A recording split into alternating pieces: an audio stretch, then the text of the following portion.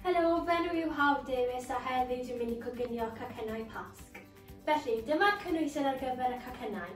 6 ounce o margarine, 6 ounce o sugar man, 6 ounce o blawd codi a 3 wy.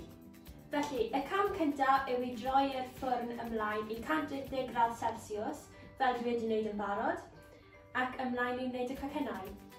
Yn gyntaf, ychwanegwch y margarine i mewn i'r bowl yn gymysgu a cymysgwch tan ei fod yn goleuo.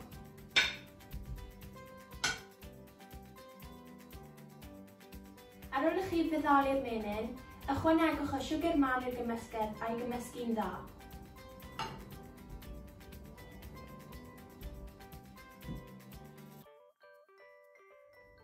Nesaf, craciwch 1 wy ar y tro i mewn i bowlen arall i osgoi unrhyw plisgyn i fynd mewn i'r gymysgedd, a anadroddwch hyn tair gwaith.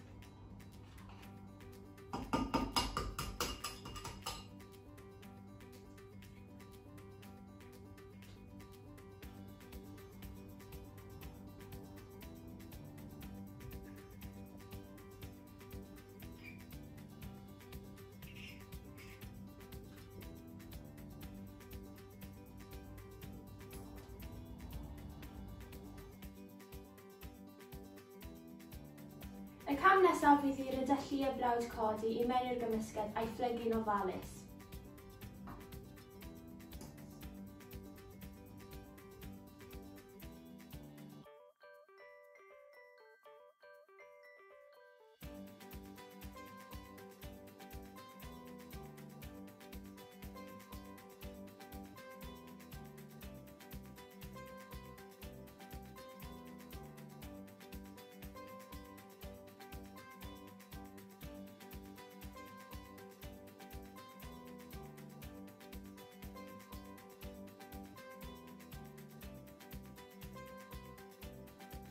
Cyn i'r cacennau mynd mewn i'r ffwrn, ychwanegwch y gymysgedd i mewn i'r tin.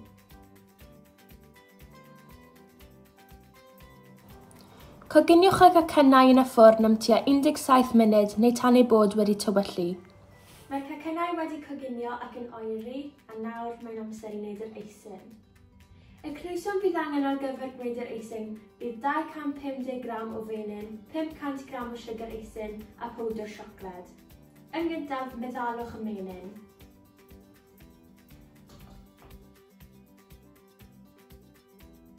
Nesaf, ychwanegwch y siwgr eisyn yn raddol i'r gymysgedd.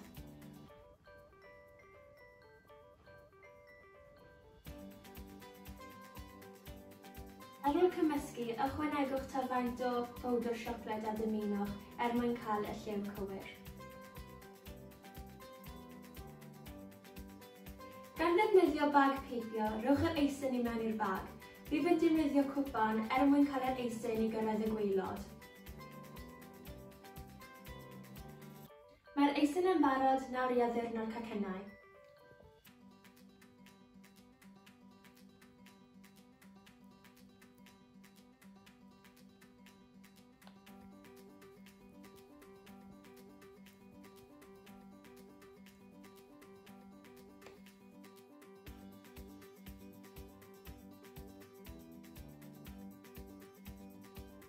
Dwi wedi gorffen peipio'r cacennau, nawr i'w addurno.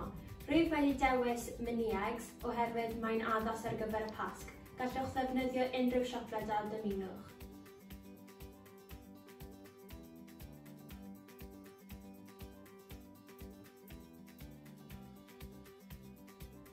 A dyna ni, cacennau wedi gorffen. Pasg hapus i chi gyd.